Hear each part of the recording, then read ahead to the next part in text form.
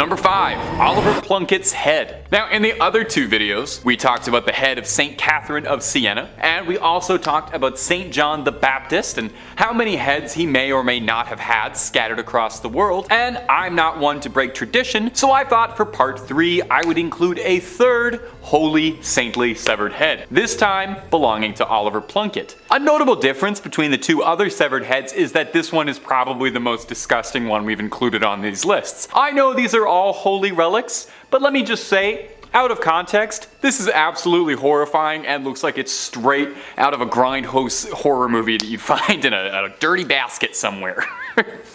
Oliver Plunkett, before becoming a head, was an Irish Catholic archbishop who was a victim of the Popish plot. Now, if you're not up to date on your Catholicism, that's a whole other video worth of explaining. I don't know much about the Popish plot. I'm not the guy to do that for you. But the short version is that it was a conspiracy falsely alleging that there was a plot against the Protestant king Charles II. Oliver Plunkett happened to end up on the receiving end of something really bad. Namely, he was executed, which is pretty bad. But they really went out of their way to destroy Oliver Plunkett, his public image, his body. They called his praising of the Roman Catholic Church high treason, and his punishment was a slow and arduous death. He was hung, drawn, and finally quartered. And just in case there were any odds of him pulling through on a miraculous recovery, as a final effort, they yeeted his head into a fire, where it was rescued by a friend of Plunkett. I'd like to think I would do that for my friends. Well, after being recovered, the head was rescued and stored hidden away in a nunnery, eventually brought to Ireland in 1995, where he's now kept on display in the National Shrine to the Saint. He was canonized for his troubles, and he is the first new Irish saint in about 700 years. It's high time for some new blood, I think. So, you can go, you can pay your respects to him, and maybe offer him some skin cream, because that skin's looking a little dry. And if you're looking for more creepy videos on weird relics or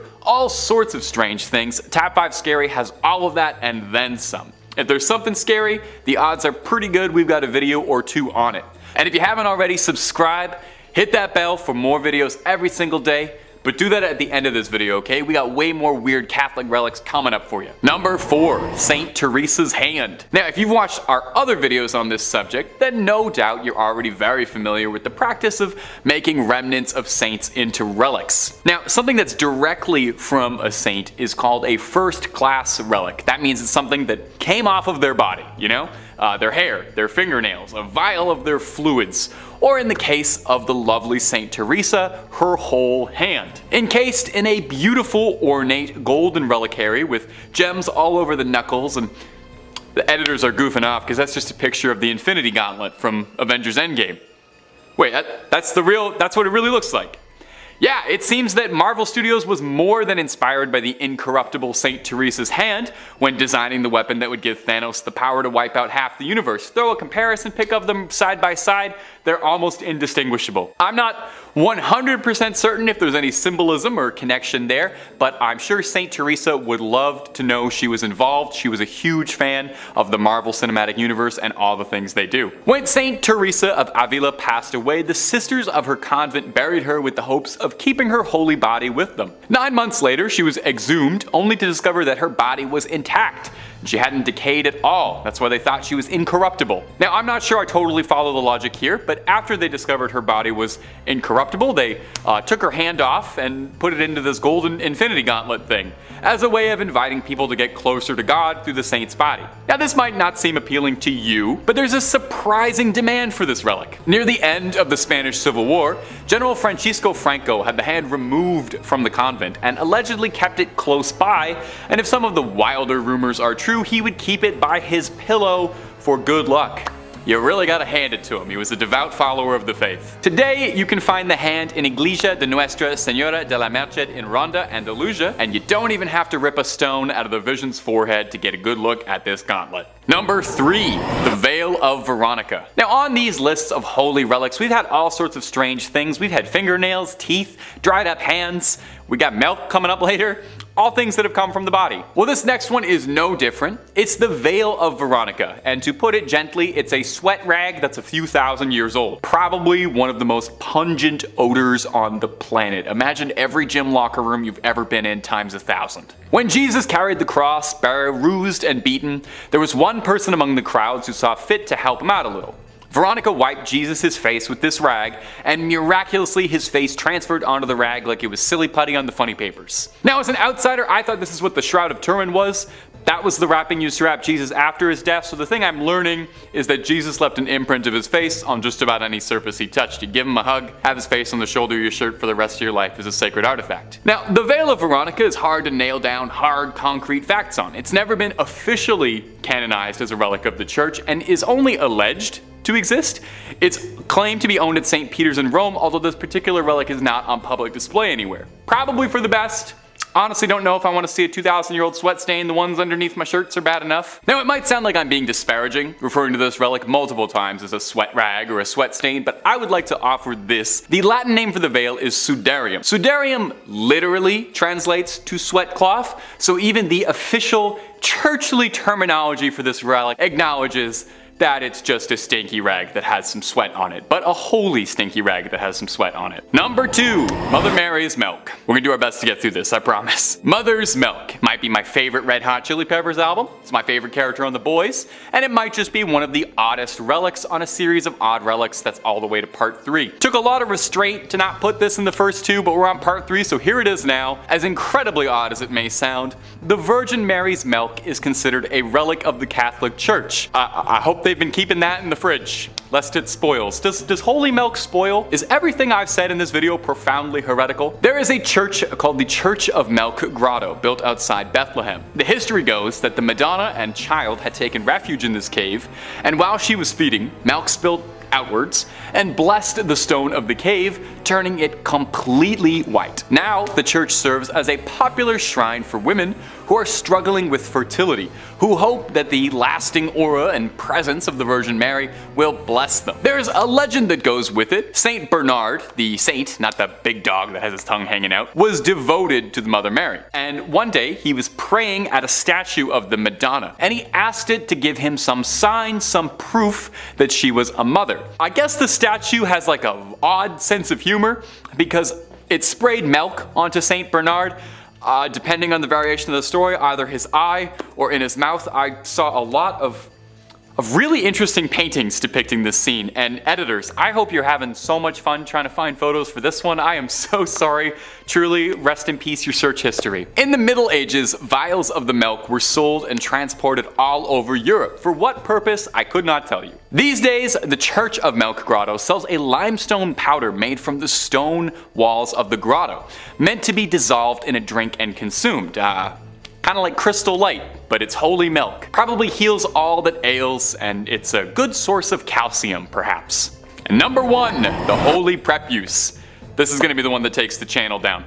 You have no idea the restraint it's taken me to only be bringing this up now in part 3 of strange relics.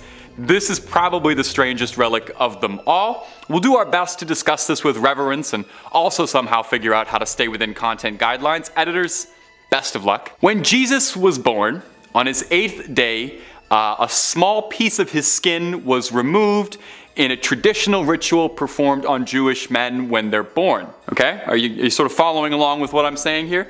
This particular part of the body that I can't quite mention that was removed at birth was an immensely holy relic to the Catholic Church called the Holy Preuse. Now, the very bizarre part regarding the history of the Holy Preuse isn't just that it exists at all, it's how much trouble one bit of skin would cause. You see, the Preuse first pops up in the year 800, when Charlemagne gave it to Pope Leo III on December 25th, making it one of the oddest Christmas gifts ever given in human history. From here, it stayed until 1527. Now, when Rome was sacked, a German soldier stole the Preuse and tried to keep it for himself until it was eventually recovered again and became the centerpiece of the village of Calcutta, where it was seen as the most exciting thing to happen in a while. It was like a celebrity showed up to the village. It was this great, big, important deal. They had a part of the body of the Savior. All manner of miracles are reported to have been the result of the Holy Preuse. However, several other churches, villages, priests all claimed that they had the true Holy Preuse, and any other ones you might have heard of out there were false. This problem became rampant, and in the early 1900s, the church wanted to wash their hands of the Holy Preuse entirely and outright forbade any discussion of it in church matters. It was actually an excommunicable offense to so much as bring up the Preuse, meaning this video is pure heresy. In 1983, the Preuse was stolen from the church in Calcutta. Where is it now? Where did it go? Absolutely no one knows. No one's fessed up. You know, if you took it, I think now's a good time to just admit you did it. But if they're ever looking for a plot line for a third National Treasure movie, I have an absolutely amazing idea for something Nicolas Cage could steal. Number 5. St. Clair's fingernails and her hair. Now, some people say that fingernails and hair continue to grow after the body passes away. This is commonly repeated, but actually not true, because rather it's the skin around the fingernails retracting that gives the illusion that the fingernails are still growing. I thought I would just toss in a totally unrelated fun fact you can use at a party. These fingernails aren't growing at all, because they're not attached to anybody, and they're kept in a glass box alongside some of St. Clair's wonderful curls, like the world's worst and possibly stinkiest time capsule. Now, St. Clair was often overshadowed by her more famous mentor, Francis of Assisi, but St. Clair was her own woman, accomplished in her own right. She founded her own order of nuns, the Poor Clares. Inspired by Francis's teachings when she was a teenager, she renounced the world and founded an order based on the ideals of extreme poverty and contemplation. I should probably look into this order because being extremely broke and contemplating being extremely broke is about 99% of what I do. The order spread popularity and houses of Poor Clares were established far away from her home convent in Assisi. Now, it's said that part of what made St. Clair's decision to give up the worldly life so inspiring was that not only was she blessed to be born into a family of great wealth, but oh va-va-voom, St. Clair was a real stunner. Now, you know, the depictions we have to work with may not look like much, but they called her the first Jenner for her luscious lips and flowing locks. As proof of her devotion, Francis trimmed her beautiful extravagant hair as a physical manifestation of rejecting her former vain existence. As you can see, I'm not quite there yet. I'm still quite happy with my vain, disgusting hair. Now, someone down the line managed to get a hold of St. Clair's hair and fingernails. Maybe they were just sweeping the barber room floor. These treasures, for lack of a better word, were kept and encased in a reliquary at the basilica named in her honor. This also contains a rock crystal flask with her fingernails. Really not sure why anyone felt they needed to keep that. I'm not sure how holy these are, but hey, I'm not a saint or a bishop or a pope or any of that stuff. I'm just a YouTuber and I'm barely that even. But if you want to hear more of me narrating some of these strange and peculiar parts of the big globe we share, Top 5 Scary is the place to be. We got a little something for everyone. So make sure you click on through, like this video, subscribe, and hit that little bell, and we can keep on bringing you screams every single day, twice a day, and then some. But do that at the end of this video, okay? We got way more weird Catholic relics coming up for you. Number 4, papal hearts. You know, they say some people wear their hearts on their sleeves, and some people collect 22 hearts in marble urns inside a beautiful reliquary. We all have our hobbies. We all collect things. Just make sure those hearts are still in their original packaging, otherwise, you know, they're totally worthless. Well, these aren't just regular old hearts. These are the hearts of 22 former popes. Obviously they're former popes if their hearts are, obviously. At the Church of Santi Vincenzo e Anastasio a Trivia. Oof, that's a mouthful, we're not saying that again. You can find the sealed hearts of 22 popes in marble urns for all to appreciate. The popes are listed to the left of the altar, with the oldest coming in all the way from the 15th century with Sixtus V to the fresh and still beating heart of Leo XIII in 1903. Now, this custom of separating a pope's organs from the corpse sounds a bit strange, or a bit Egyptian, like they might mummify them. And then this process was called praecordia, and was done to prevent decay while funeral arrangements were made, and just to test a little bit if they were worried the Pope was going to reanimate. The tradition started up in the 14th century when it was established that when a Pope passed away, they would be mourned for 9 days. 9 days, with suffrage massages being said each day. They borrowed this little schedule from the Byzantines, who observed deaths of their emperors in a very similar manner, really taking a while off. They took a whole pay period to mourn the loss, and then you dry those tears right up, get back to work. Now, this was all the rage for popes of yesteryear, very trendy, very in fashion. But Pope Pius X in 1914 had a change of heart when he expressly forbade it in his burial and will. He said, "Don't do any of that weird stuff to me." Those were his exact words, if you can believe it. Now since then, his successors have all agreed and have all done the same. But who's to say? I feel this could be coming back in fashion. Pope Francis, how you feeling? You gotta listen to your heart on this one. Number 3, the Holy Souls of Purgatory. Purgatory, in Catholic belief, is kind of like a giant waiting room while the upper management figures out just where exactly they're going to find a good spot that's best for you. Well, that's simplifying it a bit, obviously. The soul is thought to be stranded in purgatory until it atones for its earthly sins, but you can hurry the process up just a little bit if your loved ones back on earth are praying for you. In the back of the Chiesa del Sacro Cuore del Suffragio del Piccolo Museo del Purgatorio, or Museum of the Holy Souls in Purgatory, holds a collection of relics that have been singed by the hands of the souls of those trapped in purgatory. These burned handprints are believed to be the souls trying to communicate that their loved ones need to pray harder. I don't know about you, but I would definitely start praying real hard if burned handprints started showing up in my books, but I would be praying for an exorcist, more likely. Now, this is kind of interesting, and I didn't even know this. Purgatory isn't even mentioned directly in the Bible, but the concept of purgatory dates back to the 11th century. This notion that trapped souls needed to be freed came from a story told to the Abbot Odilo of Cluny by a monk returning from the Holy Land. He told this story about how this ship had been wrecked, that he'd been cast ashore on a mysterious island, and a hermit who lived on the island related his own story of a chasm from which screams of trapped souls and demonic flames rose and ravaged. He told of how the demons would complain about losing souls when your loved ones would pray for their behalf. So November 2nd was established as All Souls Day. Everybody, all the souls. Where it was believed that prayers by the living could help get all of those trapped dead in purgatory loose.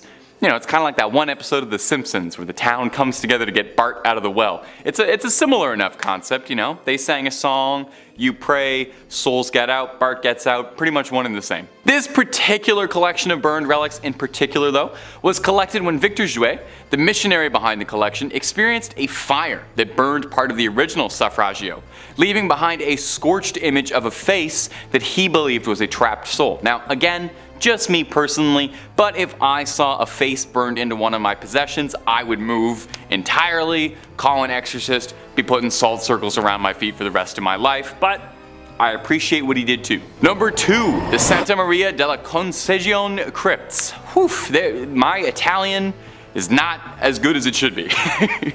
Inside the Santa Maria della Concesione crypts, as many as 4,000 friars lie here. Well, lie is probably the wrong word, as they hang here is probably a more accurate description, as these 4,000 bodies are hanging from the rafters, decorating the space of every inch of the church. Now, it might seem a bit grim or beautiful, depending on your twisted point of view. We're a scary channel, I ain't gonna judge you. There's a certain chic to it. But I wouldn't be surprised if they have to spend a few hundred a month on keeping air fresheners and incense just running all the time there. Now, you might reasonably be wondering, hey, why do they hang bones from the wall like they're throwing a Halloween party and no one went to the store to get actual decorations and they had to make do with what they had? Well, they're not just festive. The practice dates back from the 16th century when the Capuchin friars, not named after the monkey but because of the hoods they wore, left the friary of St. Bonaventure to come live at Santa Maria della Concesione. They were ordered by the Pope's brother at the time to bring the remains of deceased friars with them to their new home so that all the Capuchins could lie together. With a huge amount of bodies on their hands, the brothers decided to get a little fun with it and decorate the walls of the crypts with their bones as a way of reminding them that death comes for all of them. Surely there's a slightly easier way to remind you of the ever-present mortality that hangs over us than literally hanging a bunch of pelvises to the buttresses, but what do I know? A plaque in the crypt reads, "What you are now, we once were. What we are now, you shall be." Which is grim. No way around it. The crypt contains a little bit of everything inside you. Crypt of skulls, lovely load of leg bones, and the star of the show is definitely the crypt of pelvises. Oh, make sure you get a photo in there. Make sure you grab a fridge magnet from the Pelvis Room gift shop. And number 1, St. John the Baptist's many heads. They say 2 heads are better than 1, which might be proof of what a great man St. John the Baptist is, because no one can seem to agree how many heads the guy actually had. The saint's head was supposedly brought back from Constantinople in 1206 by the crusader Wallen de Sauton, but it seems this happened more than a few times, since 3 different shrines across the globe all claim to have the original head of St. John the Baptist, and no one's able to clear this up anytime soon. St. John was a forerunner of Jesus Christ, and the New Testament says that John was beheaded by Herod around 28 CE as a punishment for criticizing his recent divorce. Yeesh. Paintings of the beheading depicted on a silver platter, which is a nice way to get a severed head, I think. I don't know if I ever want a head delivered to me, but if I had to, I would want it on a silver platter. According to the legend, there really was a silver platter his head was delivered on that made its way to Constantinople or Istanbul, but was sold by the Crusaders in order to pay for his travels back. John's head was on display in the Amiens Cathedral up until the French Revolution, where they confiscated all church treasures, and it would eventually return home in 1816, then going all the way back to Rome from Greek monks who brought it to a shrine decorated with beautiful stained glass, one panel depicting the head on a silver platter. You think you wouldn't want to remember that. Well, here's where the trouble comes in. A German museum in Munich also takes great pride in having St. John's head. The Munich Residence Museum contains a bunch of other holy relics, but their most prized is the alleged St. John's head, although no one really knows how it got there. This skull is wrapped in cloth and heavily interred with gems. Now 2 would be impressive, but St. John's got a crowd worth of heads because he's got 3. His last head can be found in Damascus, Syria in the Umayyad Mosque, one of the oldest and largest mosques in the world. This relic, also not exposed, wrapped in a cloth, and is currently located in a shrine dedicated to the saint. So will the real John the Baptist please stand up? Or do all 3 of these heads actually really belong to him, and he had to be beheaded 3 times for it to take? You know what, don't answer that. I'm not sure if that's something I really want to know. Number 5, St. Catherine's head. Coming up first on our list of strange artifacts that the Catholic Church has hidden away is the severed, mummified head of the revered St. Catherine of Siena. You wouldn't really expect there to be a severed head kept out on display, but it is an important head, I've come to understand. When she was young, St. Catherine had a vision of Jesus on a throne surrounded by saints. Afterwards, she devoted her life to Catholicism and she gave herself to the nunnery, cut her hair, scalded herself, and took a vow of celibacy. At 28, Catherine was said to have received the stigmata when 5 red rays shot out of the crucifix she was praying to and pierced her hands, her feet, and her heart. But these were far from the only miracles attributed to the lovely St. Catherine, however. She was said to be seen levitating once during prayer, and even once a priest said he saw a Holy Communion fly from his hand directly into her mouth. Now, I will be honest, that does make her sound a bit like a saintly golden retriever, but okay. Catherine would pass at the young age of 33 and would be canonized a century later. If you don't know, that's a fancy word for being made into a saint post-mortem. While she passed in Rome, there was some disagreement as to where the young saint should be laid to rest eternally. Her hometown of Siena quite wanted her body back. Her spiritual leader, Raymond of Capua, knew he wouldn't really be able to smuggle her entire body past guards in Rome, so he elected to just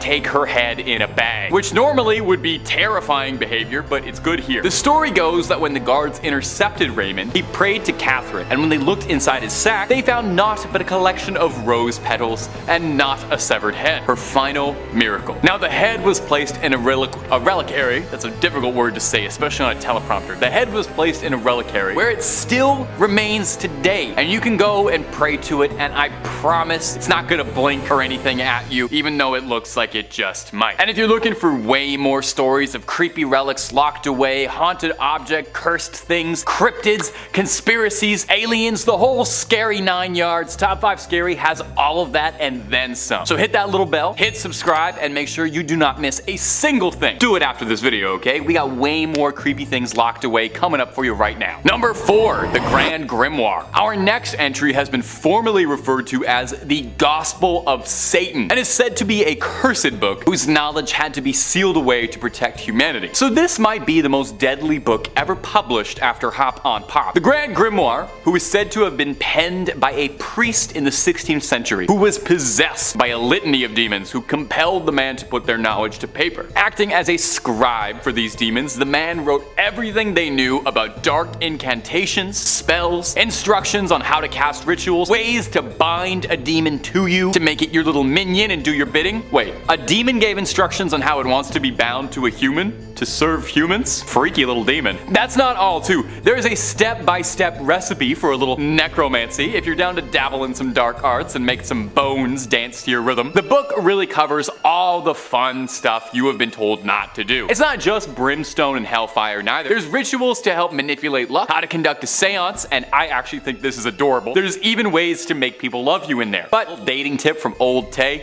if you need a demon's help to make them like you, it might not be the strongest relationship. So just a heads up. Now if all of this is sounding super appealing, and I don't blame you, I played a necromancer in Skyrim, I want to make the bones raise, just know that this book is considered high treason. Even so much as cracking the spine is considered equivalent to selling your soul. So, you know, maybe hold off on that Amazon order for a bit. Also, I'm pretty sure the copy they're selling on Amazon is not the original, because due to the book's cursed reputation, the original copy is said to be locked away in the Vatican's secret archives, and I'm sorry, but no matter how many times you ask, they're not gonna let you look at it, even if you swear you're just taking a little peek just to look at the illustrations and maybe the dedications. They're gonna keep it locked up. I know. Number 3, Hyacinth of Caesarea. Our next entry is the Bones of Hyacinth of Caesarea, another Catholic mummy. I'm starting to think there's more Catholic mummies than there were Egyptian ones.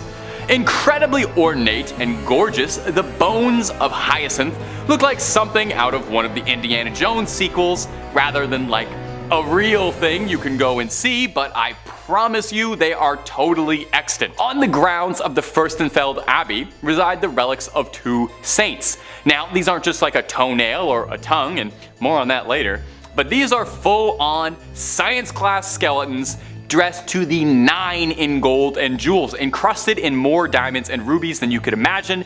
They are probably worth more than your and my apartments combined.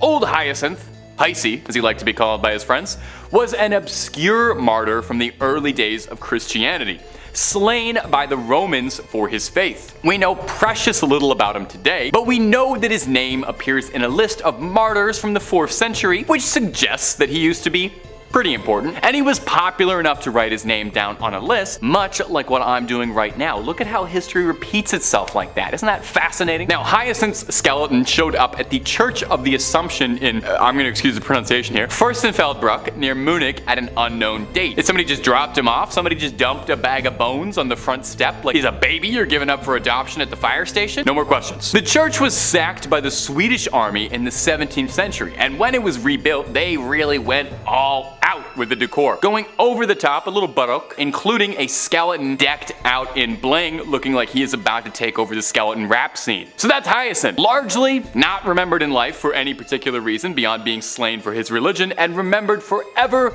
as a ludicrously swagged out skeleton. We can all only hope for similar legacies as dear sweet Hyacinth. Number 2, the tongue of Saint Padilla.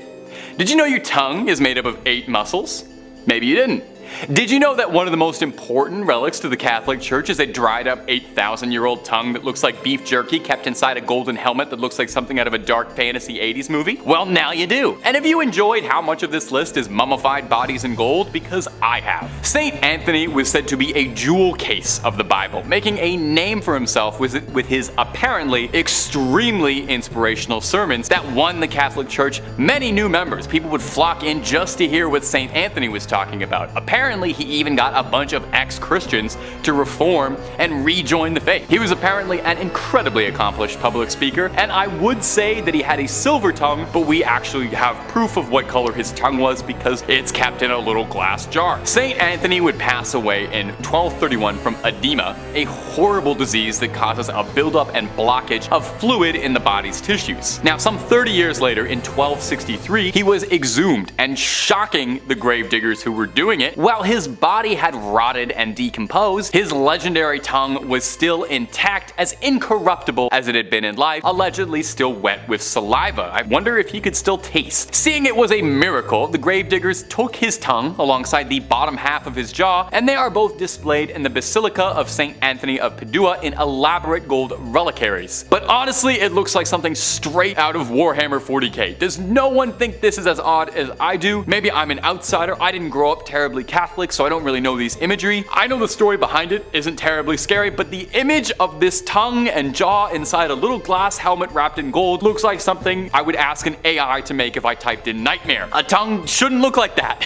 And I feel like a jaw shouldn't look like that either. Am I alone in this? Am I weird for thinking this is weird? You let me know down below in the comments if maybe I just lack context on all of this. And number 1, Camillus de Lellis' heart. Camillus de Lellis was a man with a big heart full of love, never ending in generosity. We know just how big his heart is because it is kept in a glass jar and it is salted to preserve its legacy. Whoa. Camillus started out pretty humble, born in 16th century Naples. He would later become a soldier until a brutal gambling problem would end up overtaking his life, leaving him in rags driving a donkey cart, but he knew that a far better life was out there. Eventually, he was urged by a friar to explore the lighter side of his soul, and eventually someone was able to pierce his heart both figuratively and later literally, and persuaded him into seeking divine retribution. Camillus would devote his life to providing for the ailing, but tragically, and perhaps unsurprisingly if you spent all your time around sick people before modern medicine, a lifetime of caring for the sick led to him also becoming gravely ill,